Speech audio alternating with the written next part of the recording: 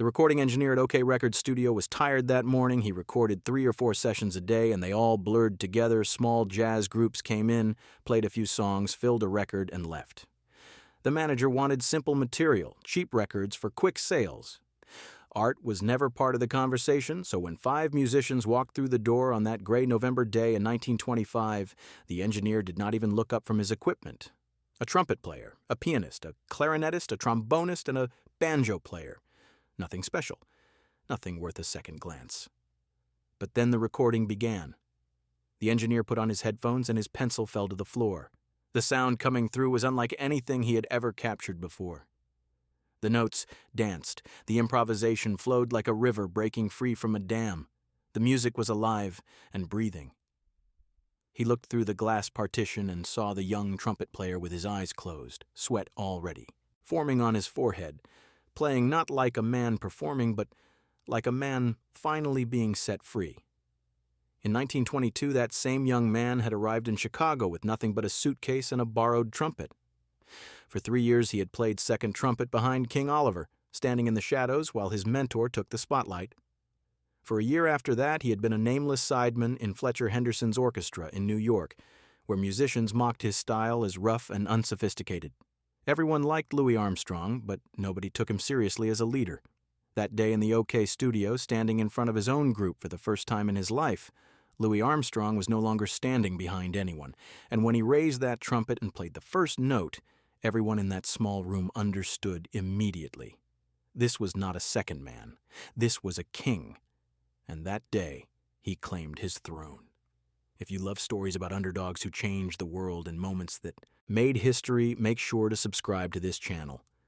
What you are about to hear is one of the greatest untold stories in music. But to understand why that moment in the recording studio was so powerful and why it changed music forever, we need to go back to the streets where Louis Armstrong learned to survive, back to the people who shaped him, and back to the years of silence before the explosion. The information in this video is compiled from documented interviews, archival news, books, and historical reports. For narrative purposes, some parts are dramatized and may not represent 100% factual accuracy. We also use AI, assisted visuals, and AI narration for cinematic reconstruction. The use of AI does not mean the story is fake. It is a storytelling tool. Our goal is to recreate the spirit of that era as faithfully as possible. Enjoy watching.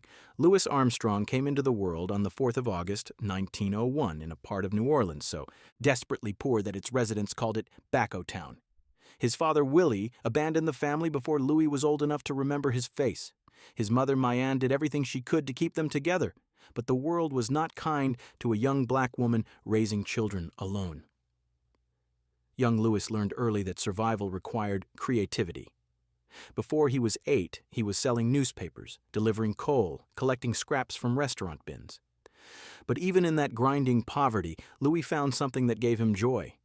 Music was everywhere in New Orleans, pouring out of dance halls and churches, filling the streets during parades. Louis absorbed it all, standing outside clubs for hours, memorizing melodies. He sang on street corners with other boys, harmonizing for pennies. Music was not a career plan. It was oxygen. The thing that made an unbearable life bearable. Have you ever discovered something that completely changed your direction in life? Tell us in the comments. On New Year's Eve in 1912, 11-year-old Louis made a mistake that would accidentally change music history. During street celebrations, Louis fired a gun into the air. He was arrested and sent to the Colored Waifs Home for Boys, a reform school that most considered the end of the road for troubled children. But something extraordinary happened inside those walls. The school had a brass band led by Peter Davis. At first, Davis did not want Louis in the band, but Louis begged for a chance, volunteering for every chore. Davis relented, starting Louis on tambourine, then drums, then alto horn, and finally the cornet. The moment Louis pressed that cornet to his lips, everything changed. The sound was raw, but carried a depth of emotion that seemed impossible from a child. Davis recognized not just talent, but genius, waiting to be shaped. Louis never forgot the teacher who saw something in a scared boy that nobody else could see. That gift of belief became the foundation of his entire life. When Louis left the reform school, he threw himself into music with a dedication that bordered on obsession. He played wherever anyone would let him, in small clubs, on riverboats, at funerals and weddings and street parades.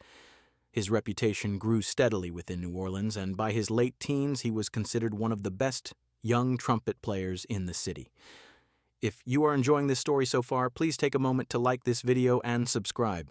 We have much more to share with you. In 1922, Louis received an invitation that seemed like the answer to every prayer he had ever whispered. King Oliver, the greatest cornet player in New Orleans and the man Louis had idolized since childhood, invited him to come to Chicago and join his Creole jazz band. For Louis, this was not just a job offer. It was validation from the person whose opinion mattered more to him than anyone else in the world. He packed his belongings into a single suitcase, said goodbye to New Orleans, and boarded a train heading north.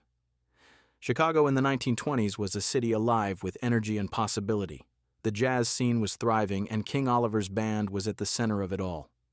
Louis joined as second cornet player, and from the very first night, he was spectacular. His tone was richer, his range was wider, his improvisational instincts were sharper than anyone Oliver had ever played with. The audiences noticed. The other musicians noticed. And King Oliver noticed too, though not in the way Louis had hoped. Oliver began to realize that his young protege was becoming more popular than he was. Instead of celebrating Louis's talent, Oliver became protective of his position. He limited Louis's solo opportunities. He kept him firmly in the second chair. He made it clear, through subtle and not-so-subtle signals, that there was only room for one leader in this band, and that leader was King Oliver. Louis accepted this arrangement without complaint. He loved Oliver, respected him, felt indebted to him for the opportunity. The idea of challenging his mentor, of stepping out of the shadows and into the spotlight, felt like betrayal. So Louis played second cornet, held back his full abilities, and told himself that this was enough. But deep inside, something was burning. Every time he picked up his trumpet, his fingers knew they could do more. His lips knew they could reach higher. His heart knew there was music inside him that the world had never heard.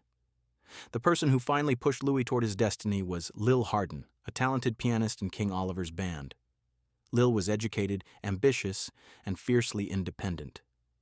She was also brilliant at reading people, and what she saw in Louis troubled her deeply. Lil saw a man of extraordinary talent deliberately making himself smaller.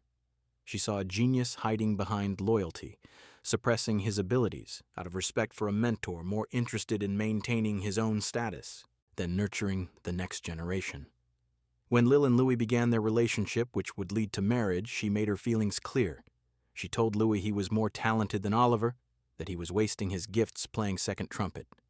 But Lil was persistent. She encouraged Louis to leave Oliver's band to accept Fletcher Henderson's invitation in New York. Slowly, Louis began to listen.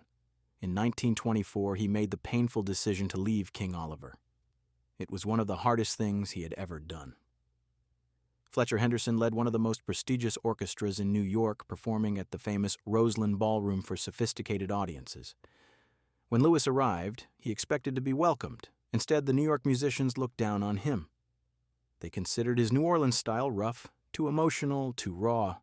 They mocked his clothes, his accent, his way of playing. Louis was hurt, but did not let it stop him. He played every night with everything he had and gradually won over even his harshest critics. By the time he left Henderson's orchestra after a year, even those who had mocked him admitted Louis Armstrong was something special. But the experience left a mark. It reinforced the painful lesson that talent alone was not always enough, that proving himself would be an endless process. When he returned to Chicago in 1925, Louis was battle-tested and finally ready to stop hiding behind others. When Louis returned to Chicago, Lil Hardin was waiting for him with news that would alter the course of music history. OK Records, a label that specialized in recordings by black artists, had offered Louis a chance to record under his own name with his own group. It was not a glamorous offer. OK was a small label operating on tight budgets, and the recordings were intended primarily for the black music market. The studio was modest, the pay was minimal, and the record company executives viewed the project as filler material, something to keep the catalog stocked with affordable product. But for Louis Armstrong, this offer represented something beyond business calculations. For the first time in his 24 years, he would not be standing behind someone else. He would not be the second trumpet player, the anonymous sideman, the talented but overlooked musician in someone else's band. He would be the leader, the name on the record, the person responsible for whatever happened when the music started. Louis assembled a group of 5 musicians who would become known as the Hot Five. Lil Hardin played piano. Kid Ory handled the trombone. Johnny Dodds was on clarinet. Johnny St. Cyr played banjo. And Louis stood at the front with his trumpet exactly where Lil had always told him he belonged. The group never performed live together. They existed solely as a recording ensemble, coming together in the OK studio to capture music that nobody knew would become immortal. Have you ever had a moment when you finally stepped into the role you were always meant for? Share that moment in the comments. On a cold November morning in 1925, the Hot Five walked into the OK Record studio on South Michigan Avenue in Chicago. The space was small and cramped, with basic equipment that required musicians to crowd around a large recording horn to capture the sound. There were no multiple takes, no editing, no second chances. Whatever happened in the studio was what ended up on the record. The recording engineer had seen hundreds of groups come through that studio. To him, this was just another session, another set of songs to fill another set of records. He set up his equipment with mechanical efficiency, made his technical adjustments, and prepared to capture whatever these 5 musicians produced. He expected nothing remarkable. Louis stood in front of the group, his trumpet in his hands, and felt the weight of the moment settling over him. This was it. After years of playing, behind King Oliver, after the humiliation of being mocked in New York, after all the poverty and struggle and self-doubt, he was finally standing where he belonged. Not behind anyone, not beside anyone, in front, the leader, the voice. When the engineer signaled that the recording had begun, something happened in that small studio that nobody was prepared for. Louis raised his trumpet, closed his eyes, and began to play. The first notes that emerged were unlike anything the other musicians had heard before, even though they had all played with Louis many times. There was a freedom in the sound, an unleashed power that had been building for years behind the dam of Louis's humility and deference. Every suppressed solo, every moment of holding back, every time he had played second to someone else's first, came pouring out through that trumpet in a torrent of musical brilliance. The engineer's pencil dropped. He leaned forward, pressing the headphones tighter against his ears, unable to believe what he was capturing. The other musicians in the room felt the energy shift and rose to meet it, each one playing at the highest level of their ability, lifted by the extraordinary force coming from the man with the trumpet. Lil Hardin, sitting at the piano, felt tears forming in her eyes. This was what she had always known was inside Louis. This was what she had spent years trying to convince him to release. And now, finally, it was free. What Louis Armstrong did in those recording sessions was nothing less than revolutionary. Before the Hot Five recordings, jazz was primarily an ensemble music. Musicians played arranged parts together, following predetermined melodies with relatively limited improvisation. Individual expression was secondary to the collective sound. Louis changed all of that. He placed the individual solo at the center of the music, turning improvisation from an occasional embellishment into the driving force of the art form. His trumpet playing was technically astonishing, reaching notes and executing passages that other musicians considered impossible. But technique alone was not what made Louis Armstrong extraordinary. It was the emotion in his playing, the way every note seemed to carry the weight of his experiences, the joy and pain and hope and sorrow of a life lived at the extremes. When Louis played, you did not just hear music. You felt a human soul expressing itself with complete honesty and vulnerability. The recordings the Hot Five produced between 1925 and 1928 became the foundation stones of modern jazz. Songs that were recorded in a cramped studio for a small label became some of the most influential recordings in music history. Musicians around the world studied Louis's solos note by note, trying to understand how one person could produce sounds of such beauty and complexity. Many could replicate the notes, but none could capture the feeling because the feeling came from a lifetime of experience that belonged to Louis alone. When the first Hot Five records were released, the response was immediate and overwhelming. Within the black music community, Louis Armstrong became a sensation overnight. Record stores could not keep his recordings in stock. Musicians who heard his playing were stunned by its originality and power. Word spread quickly beyond the jazz world, reaching listeners of all backgrounds who recognized that something genuinely new and extraordinary had arrived. For Louis, the success was both thrilling and humbling. After years of being overlooked and underestimated, after years of standing in other people's shadows, the world was finally hearing what Lil Hardin had always insisted was there. Louis responded to his sudden fame with the same grace and humility that characterized everything he did. He did not become arrogant or dismissive. He did not seek revenge against those who had doubted him. He simply kept playing, kept recording, kept pushing the boundaries of what music could be.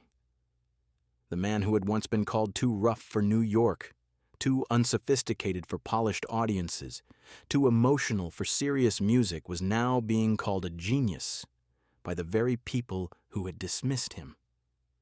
King Oliver, who had tried to keep Louis in the shadows, watched his former protege rise to heights that Oliver himself would never reach. It was a bittersweet moment in music history, the student surpassing the teacher, the second trumpet becoming the first.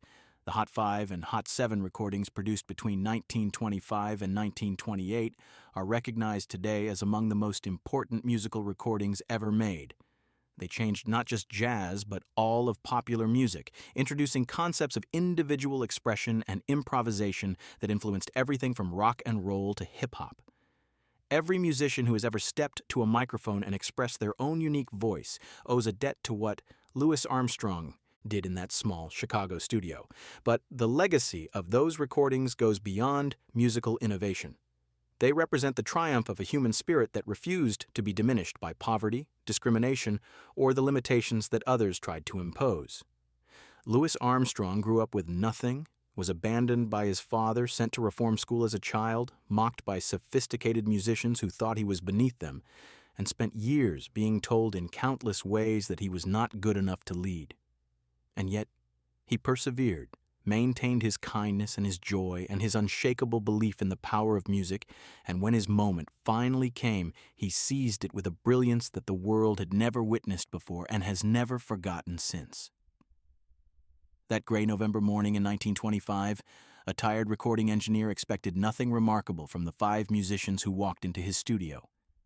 What he got instead was the birth of a king. Louis Armstrong raised his trumpet, closed his eyes, and played the first notes of a revolution that would echo through every corner of the world and across every generation that followed. They had seen only a jazz player, but when Louis grabbed that trumpet, something shifted in the universe. A king was born, and from that day forward, the world has been listening, and it has never stopped. Thank you for watching this incredible story of perseverance and triumph. If it moved you, please subscribe and share it with someone who needs to be reminded that greatness often comes from the most unexpected and humble places.